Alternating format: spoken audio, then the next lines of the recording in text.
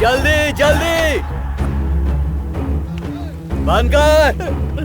छोड़ दो मुझे, छोड़ दो। चलो हटो। चल जाने दो। चल। अरे छोड़ दो मुझे, माफ कर दो, माफ कर दो मुझे। लेकर आओ इसे। उसका जो भी विरोध करता था उसे वो सबके सामने मार देता था। मुझे मेरे छोटे छोटे बच्चे माफ कर दो, माफ कर दो, माफ कर दो मुझे।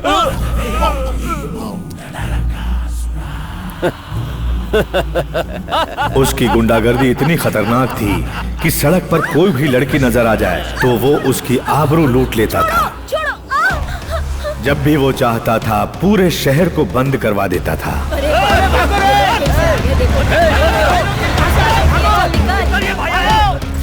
पूरे शहर में उसका ही आतंक था। उसके बाद होता था मौत का तांडव। विंड शाइम्स बार उस जमाने के सारे गुंडों का वहीं अड्डा हुआ करता था। महाराजा और उसका पूरा गैंग वहीं आते थे और अपनी ताकत के बल पर अपने साथियों के साथ मिलकर मजा करते थे और पैसों के साथ साथ लड़कियां भी उठा ले जाते थे। उस शहर के सारे बड़े बड़े महारथी महाराजा की ही गैंग में थे। आवाज उठाने वाले को मौत के मुंह में पहुंचा दिया जाता था। यहाँ वो राजा की तरह था। एक दिन दूसरी गैंग के आदमी को भगा भगा कर रास्ते में मारने की कोशिश कर रहा था। तभी वहां मुख्य न्यायाधीश की कार सामने आ गई। ये देखकर वो खुद ही मर्डर के गवाह बने। उसे सजा भी हुई। दुख की बात यह है कि उसे सजा होने के बाद भी वो अपने साथियों के साथ मिलकर बिना किसी डर के विक्टोरिया हॉस्पिटल के जेल वार्ड में मजा करता था। इसी बीच गुलामी हटाओ न्यूज़पेपर शुरू किया और अपनी प्रेस की ताकत से पुलिस वालों को, सरकार को परेशान किया करता था। और वहीं बैठकर वो इस शहर को कंट्रोल कर रहा था। क्यों रे निकम्मे लोगों, मेरे अंदर जाते ही हर महीने आने वाला हफ्ता कम क्यों होने लगा है? हम क्या कर सकते हैं भाई, आप महीने में एक बार जाते हैं लेकिन पुलिस वाले वहाँ रोज जाते हैं।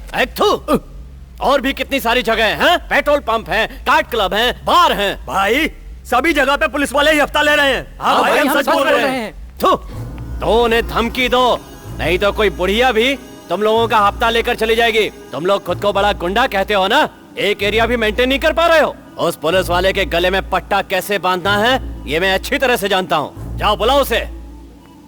देखो ये हॉस्पिटल है, तुम्हारा अड्डा नहीं। अगर तुम इसी तरह हंगामा करोगे तो मेरे पेशेंट्स को तकलीफ होगी।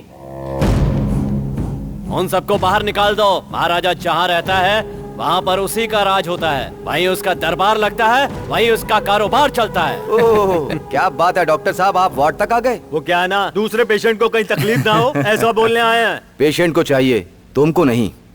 इनकी सजा खत्म होने तक ये यहीं रहेंगे। बाहर आपके लिए बहुत सारे पेशेंट वेट कर रहे हैं। गो।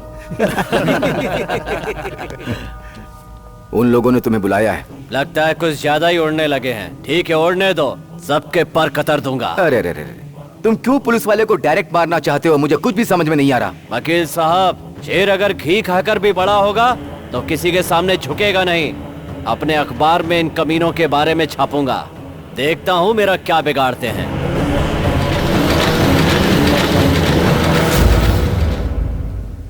देखिए सर, जेल में भी उसका घमंड नहीं गया। जरा आज के इस पेपर को पढ़िए, हमारे डिपार्टमेंट के बारे में कैसा उल्टा सीधा छपा है।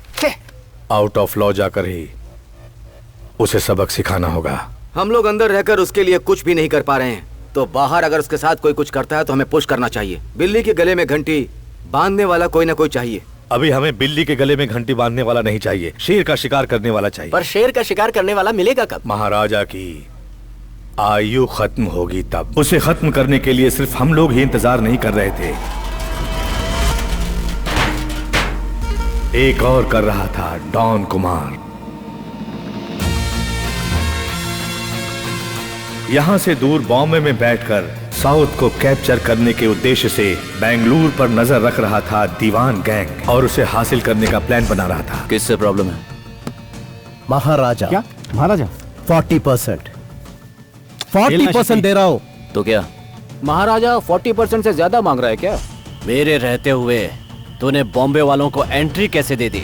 अपना दिमाग अपने पास रखो। अगर तूने बॉम्बे वालों को सपोर्ट किया तो समझ ले तेरी खैर नहीं है। यहाँ महाराजा का राज चलता है। आई नो, बट 50% शेयर दे रहा हूँ, ठीक है ना? ठीक दे रहा है क्या? मुझसे पंगा लिया तो यहाँ धंधा नहीं कर पाएगा। अपना शेयर अपने पास रख। प्लीज। फौरन धंधा छोड़ देगा तभी जिंदा रहेगा, वरना मुझे जानता है ना। कुमार साहब, अब तुमको बेंगलोर छोड़ना पड़ेगा। अलेक्जेंडर ने पूरी दुनिया पर कब्जा किया, पर हिंदुस्तान पर नहीं कर पाया। और मैंने पूरे हिंदुस्तान पर कब्जा किया, लेकिन बेंगलुरु पे नहीं कर पाया। ये सब उस महाराजा की वजह से है। हमने उस कुमार को सपोर्ट करके बहुत बड़ी गलती की। मेरे ख्याल से हम सबको एक खास लोकल आदमी को रखना चाहिए। बहुत जल्दी हम हिंदुस्तान के मैप को डी मैप में बदल देंगे। ये सब लोग इस महाराजा को नहीं मार सकते थे, इसलिए समय का इंतजार कर रहे थे। तभी उस समय बेंगलुरु में एक योद्धा आया, शंकर। गाड़ी को पीछे हटाओ, पहले मैं आया हूँ। ये धौंस जाकर किसी और को दिखाना। मैं भी आर्मी का गबरू जवान रहा हूँ। आर्मी में तेरे से ज्यादा गोलियां मैंने चलाई हैं। और जितनी गोलियां मैंने चलाई हैं, एक भी खाली नहीं गई है। मेरी चलाई हुई गोलियों से दुश्मनों की पलटन मर गई। मैंने भी सुनिए ना, चलिए चलिए गाड़ी चलाइए, चलिए। पलटन खत्म करने वाला क्या अभी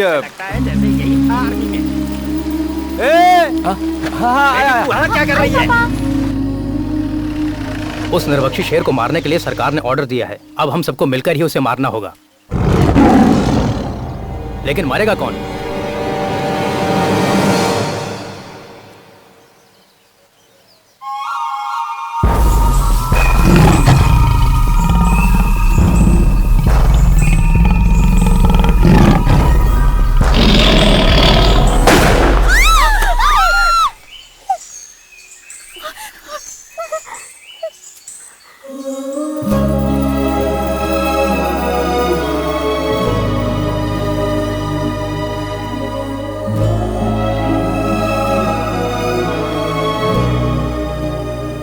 शंकर भाई की, शंकर भाई की, शंकर भाई की।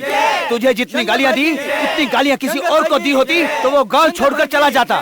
शिकार करके फोकट में अपना टाइम खराब कर रहा है। शेर को मारने वाला मर्द क्या देख रही हो उधर? जो मर्द होता है, ये पागल खानदान है। चलो यहाँ से, मेरी सारी देर हो रही है। हमें चलो। में घुसेड़ ले अच्छी तरह से, बगैर कुछ किए घर पर। अगर साथ देना है तो हाथ देने के बारे में क्या सोचना। आओ।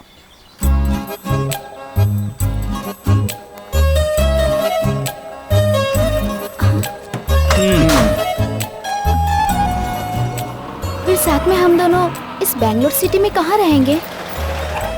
चिंता मत करो, जो होने वाला है होकर रहेगा।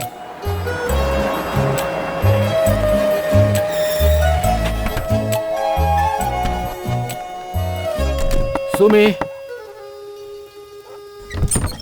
इतनी देर क्या करने के लिए गए थे आप? सुमी। शंकर भैया, आप कब आए? अभी अभी आया। ये कौन? ये है मिसेस शंकर। हाँ, मिसेस शंकर? सुमी, मिसेस शंकर होने वाली है, ये कह रहा था। अच्छा, कोई भी बात सीधी तरह नहीं बोलेंगे, हमेशा घुमा फिरा कर। इससे शादी करके मेरी जिंदगी आड़ी टेढ़ी हो गई है। क्या कहा? कुछ नहीं, इसे अंदर आने के लिए कह रहा था। जब मिसेस शंकर, तू ये रेसिंग करना कब छोड़ेगा? जब तुम शिकार करना छोड़ दोगे तो मैं ये रेसिंग छोड़ दूंगा। उसका शिकार करने के लिए ही मैं गांव छोड़कर बंगलुरु आया हूँ। हाँ, समझता हूँ मैं। आते आते रास्ते में शिकार करके आ गया। अरे, उसे मुझसे प्यार था, लेकिन वो मेरे प्यार के लिए अपने घर वालों को छोड़ के आएगी ये मुझे नहीं पता था। अब देखते हैं आगे क्या होता है। अरे, इसमें देखने की क्या बात है? तुम्हें उससे प्यार है, वो यहाँ आ चुकी है, अब उससे शादी कर लो। मैं और विजय हमेशा तुम्हारा साथ देंगे।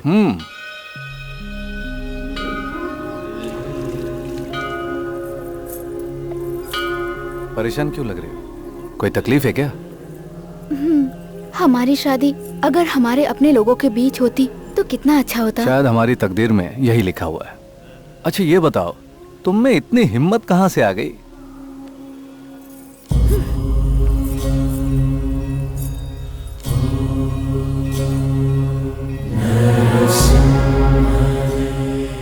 ये क्या है? मैं जब भी कोई अपनी जिंदगी में बड़ा फैसला लेती हूँ तो इसका सहारा लेती हूँ।